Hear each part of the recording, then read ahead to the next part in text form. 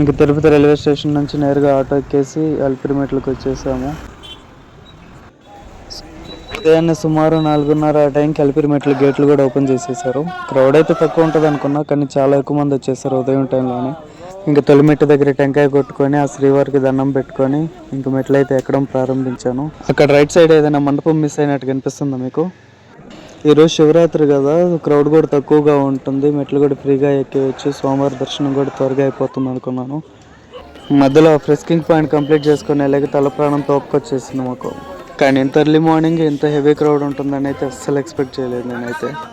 ఈ క్రౌడ్ అంతా దాటుకొని వెళ్ళేసరికి చాలా టైమే పట్టేటట్టుంది. మావ మెట్లు నిదానంగా ఎక్కరంటే వాడేమో హడావిడిగా ఎక్కేస్తానే ఉన్నాడు ఫాస్ట్గా. పాపం అల్లాడిపోతున్నాడు బిడ్డ. మధ్య మధ్యలో ఆగుతూ నిదానంగా పోతూ ఫైనల్గా గాలిగోపురం చేరుకునేసరికి దగ్గర 2 గంటలు పట్టింది మాకైతే. గాలిగోపురాన్ని కింద నుండి చూస్తే ఎంత అద్భుతంగా కనిపిస్తుందో, దగ్గరికి వచ్చి చూస్తే అంతే గంభీరంగా కనిపిస్తుంది.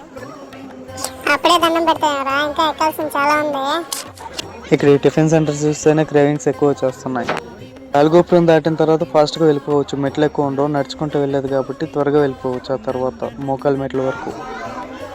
ఫైనల్గా అలిపిరి మెట్ల మార్గంలో 7వ మైల్ దగ్గరికి అయితే వచ్చేసాను. అక్కడ శ్రీ ప్రసన్నాంజనేయ స్వామివారి గుడి ఉంటుంది. చాలా అద్భుతంగా ఉంటుంది ఇక్కడ ఈ ప్లేస్ అయితే మనకి చూసేదానికి. అలా ముందుకు నడుచుకుంటూ వెళ్తే దుప్పులు కనిపించాయి. ఇక్కడ మా వాడు వాళ్ళకి ఆహారం తినిపిస్తున్నాడు.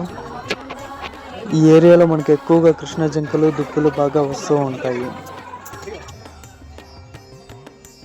ఇవాళ శివరాత్రి కదా, ఉపవాసం ఉండాలనుకున్నాను, కానీ ఆకలికి ఆగలేక మధ్యలోనే ఫుల్గా తినేయాల్సి వచ్చింది కడుపు నిండా.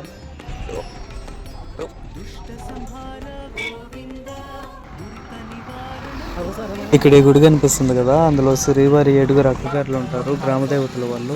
అలిపిరి మార్గంలో ఎంతో పవిత్రంగా భావించే మోకాలిమెట్టు పర్వతానికి చేరుకున్నాము. ఇక్కడ వచ్చే భక్తులు కనీసం కొన్ని మెట్లైన మోకాళ్ళ మీద ఎక్కడానికి ట్రై చేస్తారు.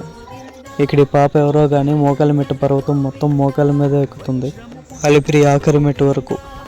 పాపం ఎంత పెద్ద కోరిక కోరుకుందో తెలియదు కానీ శ్రీవారు మాత్రం ఈ పాప కోరికను ఖచ్చితంగా నెరవేర్చాలి అని మనస్ఫూర్తి కోరుకుంటున్నాం.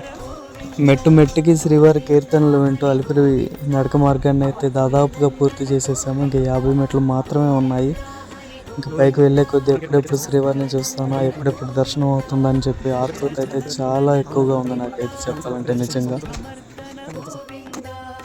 అలిపిరి నడక యాత్ర పూర్తి చేసుకున్నాను అనే ఆనందం కంటే శ్రీవారిని ఇంకొంచెం సేపట్లో చూస్తాను అనే ఆనందం మాత్రం నాలో ఇంకా ఎక్కువగా ఉంది.